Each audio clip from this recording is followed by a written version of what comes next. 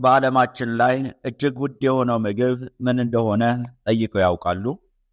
ዛሬ የምወስዳችሁ ወደ ተራ ኩሽና ሳይሆን ወደ ባህር ጥልቀት፣ ወደ ጃፓን ተራራማ እርሻዎችና ወደ ብርቅዬ አበቦች ዓለም ነው። እስቲ ያስቡት፣ አንድን ምግብ ለመቅመስ ብቻ 100 ዓመት መጠበቅ ቢኖርባችሁስ? ወይም ያ ምግብ እንዲዘጋጅ 150,000 አበቦች በእጅ ቢለቀሙስ? ዛሬ በዓለማችን ላይ እጅግ ውድ የሆኑ 5 ምግቦችና በስተጀርባ ያሉትን አስገራሚ ምስጢሮች በዝርዝር እንመለከታለን። እስከ መጨረሻው አብራችሁን ቆዩ። ምክንያቱም ቁጥር 1 ላይ የምናየው ምግብ ዋጋው ማመን ከምትችሉት በላይ ነው። አንደኛ፣ አልማዝ ካቫየር። አንድ ሰው 100 ዓመት ጠብቆ የሚበላው ምግብ። ወደ ካስፒያን ባህር ጥልቀት ስንወርድ ለዘመናት በሚስጥር የኖረ አንድ ግዙፍ ፍጥረት እናገኛለን። ይህ ዓሣ እንደ ማንኛውም ተራ የባህር ነዋሪ አይደለም። በሰው ልጆች ታሪክ ውስጥ ብዙ ነገሮች ተመልክቷል። ምክንያቱም ዕድሜው እስከ 100 ዓመት ሊደርስ ይችላል። በባህሩ ጨለማ ውስጥ ለብዙ 10 ዓመታት እየዋኘ በሰውነቱ ውስጥ ያለውን ውድ ሀብት እያበሰለ ይቆያል። ይህ አልማዝ የተባለው ነጭ ካቫየር የሚገኘው ከዚህ ምስጢራዊና ብርቅዬ ዓሣ ብቻ ነው። ዓሣው ዕድሜው እየገፋ ሲሄድ እንቁላሉም ይበልጥ ነጭና ንጹሕ እየሆነ ይሄዳል። የ1 ኪሎ ግራም ዋጋ $35,000 ያወጣል። የአመራረት ሂደት። እንቁላሉ የሚሰበሰበው ዓሣው ሳይሞት በኦፕሬሽን ወይንም ዓሣው ከተያዘ በኋላ በከፍተኛ ጥንቃቄ ነው። እንቁላሎቹ እንዳይተሰባበሩ በጣም በረጋ ሁኔታ በንጹህ ውሃ ይታጠባሉ። ካቫየሩ ተፈጥሯዊ ጣዕሙ እንዳይቀይር በጣም አነስተኛ ጨው ብቻ ይጨመርበታል። የወርቅ ማሸጊያ። ይህ ካቫየር በ24 ካራት ንጹህ የወርቅ ጣሳ ውስጥ ይታሸጋል። ወርቁ ለጌጥ ብቻ ሳይሆን ከምግቡ ጋር ኬሚካላዊ ምላሽ ስለማይሰጥ የምግቡን ልዩ ጣዕም ሳይበላሽ እንዲቆይ ያደርገዋል። በዓለም ላይ ውዱን ምግብ በዝቅተኛ ዕቃ ማሸግ ስለማይገባ ለክብሩ የሚመጥን የወርቅ ሳጥን ይዘጋጅለታል። የወርቅ ሳጥኑ ከ100 ግራም እስከ 250 ግራም የሚመዝን ንጹሕ ወርቅ ነው። ማዕድናትና የጤና ጥቅሞች። አልማዝ ካቫየር ተፈጥሯዊ የቪታሚን ቦምብ ነው። በውስጡ ከ40 በላይ ማዕድናትና ቪታሚኖችንም ይዟል። በዝርዝር እንመልከት። ኦሜጋ 3 ለልብ ጤናና ለአእምሮ ንቁነት ወሳኝ ነው። ቫይታሚን ኤ፣ ዲ፣ ኢ እና ቢ12 ይዟል። እነዚህ ቫይታሚኖች ለቆዳ ጥራት፣ ለአጥንት ጥንካሬና ለሰውነት በሽታ መከላከል አቅም አስፈላጊ ናቸው። አዮዲንና ማግኒዥየም ለሆርሞን መስተካከልና ለነርቭ ስርዓት ወሳኝ ናቸው። አርጂኒን የደም ዝውውርን ይጨምራል። ሴሌኒየም የሰውነት በሽታ የመከላከል አቅም የሚጨምር ጠንካራ ጸረ ኦክሳይድ ነው። ሁለተኛ፣ የጃፓን ዋጊዩ ቢፍ። ዋጊዩ ማለት የጃፓን ላም ማለት ነው።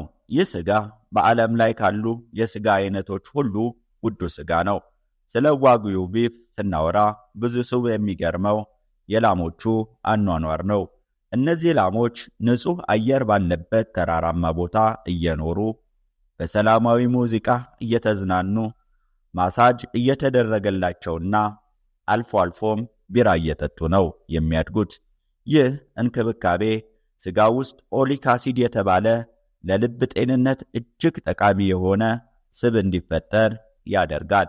የዋግዩ ስጋ የመቅለጫ ነጥቡ 25 ዲግሪ ሴንቲግሬድ ነው።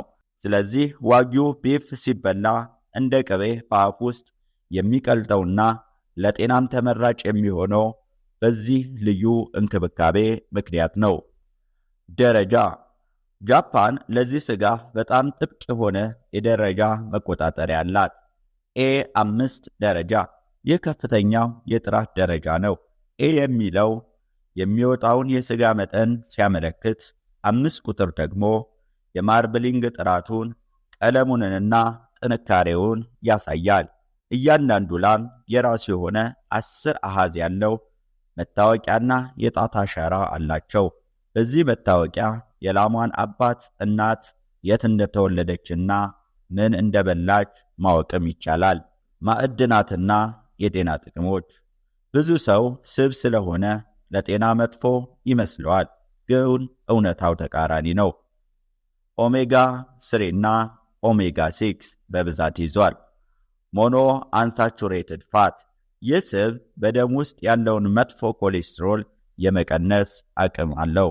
ቫይታሚኖች፣ ከፍተኛ መጠን ያለው ብረት እና ቫይታሚን B12ም በውስጡ ይዟል። አስገራሚ እውነታዎች። አንድ የዋግዩ ስቴክ በሬስቶራንት ውስጥ እስከ $600 ይሸጣል። የዋግዩ ዘር ከጃፓን ወጥቶ ወደ ሌላ ሀገር እንዳይሄድ ጃፓን እንደ ብሔራዊ ሀብት ትጠብቀዋለች። 3ኛ ነጭ ትራፍል። ትራፍል ማለት ከመሬት በታች በዛፎች ስር በተለይ በኦክ ዛፎች ስር የሚበቅል ልዩ የፈንገስ ወይም የእንጉዳይ ዝርያ ነው። በዋናነት በጣሊያን ሰሜናዊ ክፍል በምትገኘው ፒድሞት በተለይም አልባ በተባለች ከተማ ዙሪያ ይገኛል። ከጥቁር ትራፍል ይልቅ ነጭ ትራፍል እጅግ ብርቅና ውድ ነው። በዓለም ላይ በጣም ውድ እንጉዳይ ተብሎ ተመዝግቧል። በትውፊት የአማልክት ምግብ ተብሎ ይጠራ ነበር። በጥንታዊ ግብፅ እና ሮም ዘመን ሰዎች ትራፍል የሚፈጠረው መሬት በመብረቅ ስትመታ ነው ብለው ያምኑ ነበር። ለምን ተወደደ? ነጭ ትራፍል ትልቁ ምስጢር በሰው እጅ ሊተከል ወይም ሊመረት አለመቻሉ ነው። ሳይንቲስቶች ለዘመናት ቢሞክሩም ነጭ ትራፍልን በላብራቶሪ ማምረት አልቻሉም። የሚበቅለው በተፈጥሮ ፍላጎት ብቻ ነው። በዓመት ውስጥ ለጥቂት ወራት ብቻ፣ እሱም ከጥቅምት እስከ ታህሳስ ነው የሚገኘው። ነጭ ትራፍል እጅግ ጠንካራና ማራኪ ሽታ አለው። ይህ ሽታ ልክ እንደተቆፈረ በየሰከንዱ እየቀነሰ ስለሚሄድ በፍጥነት ካልተበላ ዋጋው ይረክሳል። የአመራረት ሂደት። አዳኝ ውሾች። ትራፍል ከመሬት በታች እስከ 1 ጫማ ጥልቀት ስለሚበቅል በአይን አይታይም። ስለዚህ ሽታውን እንዲያነፈንፉ ልዩ ስልጠና የወሰዱ ውሾች ጥቅም ላይ ይውላሉ። አመጋገብ። ነጭ ትራፍል በጭራሽ አይቀቀልም። ሙቀት ሽታውንና ጣዕሙን ያጠፋዋል። ማዕድናትና የጤና ጥቅሞች። ይህ እንጉዳይ ለጤና እጅግ ጠቃሚ የሆኑ ንጥረ ነገሮች አሉት። ፕሮቲንና ፋይበር። ከፍተኛ መጠን ያለው ፕሮቲንና ለምግብ መፈጨት የሚረዳ ፋይበር ይዟል። አንቲ ኦክሲዳንት፣ የሰውነት ሴሎች ከጥቃት የሚከላከሉና የካንሰር ህዋሳት የሚዋጉ ንጥረ ነገሮች አሉት። ማዕድናት፣ ከፍተኛ ካልሲየም፣ ፎስፈረስ፣ ብረትና ሶዲየምንም ይዟል። በውስጡ የሚገኙት ኬሚካሎች ባክቴሪያዎችን የመዋጋት ተፈጥሯዊ ብቃት አላቸው። አስገራሚ እውነታዎች። እንደ ኢሮፒያን አቆጣጠር በ2021 900 ግራም የሚመዝን ነጭ ትራፍል በጨረታ $118,000 ተሽጧል። የሽታው ሚስጥር። ትራፍል ሽታውን የሚለቀው እንስሳት እንዲያገኙትና እንዲበሉት ነው። በዚህም ዘሩ በእንስሳቱ አማካኝነት ተሰራጭቶ ሌላ ቦታ እንዲበቅል ያደርጋል። 4ኛ ሳፍሮን። ሳፍሮን ክሮክስ ሳትፊስ ከተባለ አበባ መሃል የሚገኝ 3 ትናንሽ ቀይ ክሮች ናቸው። በዓለም ላይ እጅግ ውዱ ቅመም ሲሆን ለምግቡ ልዩ መዓዛ፣ ወርቃማ ቀለምና ድንቅ ጣዕም ይሰጠዋል። ከዓለም ሳፍሮን 90% የሚመረተው በኢራን ነው። በተጨማሪም በስፔን፣ በግሪክና በህንድ ይበቅላል። ከ3000 ዓመታት በላይ ታሪክ አለው። ንግሥት ክሊዮፓትራ ገላዋን በሳፍሮን ውሃ ትታጠብ እንደነበር ይነገራል። በጥንት ዘመን ለቀለም ቅብ፣ ለሽቶና ለንጉሳውያን ልብስ ማቅለሚያነት ያገለግል ነበር። ለምን ተወደደ? ሳፍሮን ውድ የሆነው በማሽነሪ ሊመረት ስለማይችል ነው። እያንዳንዱ አበባ በእጅ መለቀም አለበት። 1 ኪሎ ግራም ሳፍሮን ለማግኘት እስከ 150,000 አበቦችን መልቀም ያስፈልጋል። አበቦቹ የሚያብቡት በዓመት ውስጥ በ2 ሳምንታት ብቻ ነው። የአመራረት ሂደት። አበባው የሚሰበሰበው ገና ፀሐይ ሳትወጣ በማለዳ ነው። ምክንያቱም የፀሐዩ ብርሃን የአበባውን ክሮች ስለሚያግዳቸውና ጥራታቸው ስለሚቀንሰው ነው። አበቦቹ ከተለቀሙ በኋላ ቀይ ክሮቹ ከሌላው የአበባ ክፍል በእጅ ተለይተው ይወጣሉ። ይህ በጣም ትዕግስት የሚጠይቅ ሥራ ነው። ክሮቹ ከተለዩ በኋላ በከሰል እሳት ወይንም በልዩ ማድረቂያ ይደርቃሉ። ክብደታቸውን 80% ያጣሉ። ይህም ዋጋቸውን እንዲሰቀል ያደርገዋል። ማዕድናትና የጤና ጥቅሞች። ሳፍሮን ከቅመምነት ባለፈ የተፈጥሮ ፋርማሲ ነው። ክሮሲንና ክሮስቲን እነዚህ ቀለሙን የሚሰጡ ንጥረ ነገሮች ሲሆኑ ለጭንቀት መከላከያና ለአእምሮ ንቁነት በጣም ጠቃሚ ናቸው። ማንጋኒስ ለአጥንት ጥንካሬና ለደም ስኳር ቁጥጥር አስፈላጊ ነው። ቫይታሚን ሲና ቢ6 ለበሽታ መከላከል እና ለነርቭ ስርዓት ያገለግላሉ። የአይን ጤና የዕድሜ መግፋት የሚያመጣው የአይን ብርሃን መቀነስ ወይንም ማኩላር ዲጀነሬሽን የመከላከል አቅም አለው። አስገራሚ እውነታዎች በዓለም ላይ በብዛት ፎርጅድ የሚሰራበት ቅመም ነው። አንዳንድ ሰዎች የበቆሎ ፀጉርን ቀለም በመቀባት እንደ ሳፍሮን ይሸጣሉ። እውነተኛው ሳፍሮን ውሃ ውስጥ ሲገባ ቀለሙን ቀስ እያለ ነው የሚለቀው። ፎርጅዱ ግን ወዲያውኑ ይቀይራል። የደስታ ቅመም በቂ መጠን ያለው ሳፍሮን መመገብ በሰውነታችን ውስጥ የደስታ ሆርሞን እንዲመነጭ ያደርጋል። ከፍተኛ ጥራት ያለው ሳፍሮን 1 ኪሎ ግራም እስከ $10,000 ይሸጣል። 5ኛ ሰማያዊ ክንፍ ቱና በዓለም ላይ ካሉ የዓሣ ዝርያዎች ሁሉ እጅግ ግዙፍ፣ ፈጣንና ውድ ነው። ይህ ዓሣ በሰዓት እስከ 70 ኪሎ ሜትር ይሮጣል። ይህ ከፍተኛ እንቅስቃሴ ስጋው ጡንቻማና ጣፋጭ እንዲሆን ያደርገዋል። ይህ ዓሣ እንደ ሌሎች የቱና ዝርያዎች ሳይሆን ስጋው ልክ እንደ በሬ ስጋ ቀይና በስብ የበለጸገ ነው። በዋናነት በአትላንቲክ፣ በፓሲፊክና በህንድ ውቅያኖሶች ውስጥ ይገኛል። በጃፓን የሱሺና ሳሽሚ ባህል ውስጥ እንደ ንጉሥ ይታያል። የአመራረት ሂደት ዓሣው በሚያዝበት ጊዜ ከፍተኛ ጥንቃቄ ይደረጋል። ዓሣው ከተያዘ በኋላ በጭንቀት ውስጥ ከገባ ስጋ ውስጥ አሲድ ስለሚያመነጭ ጣዕሙ ይበላሻል።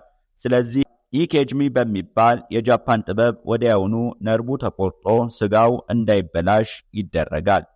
በየዓመቱ በቶኪዮ ቶዮሱ የዓሣ ገበያ ላይ ታላቅ ጨረታ ይካሄዳል። ባለሀብቶች ለክብርና ለሬስቶራንታቸው ማስታወቂያ ሲሉ በሚሊዮን የሚቆጠር $1 ያወጣሉ። ለምን ተወደደ?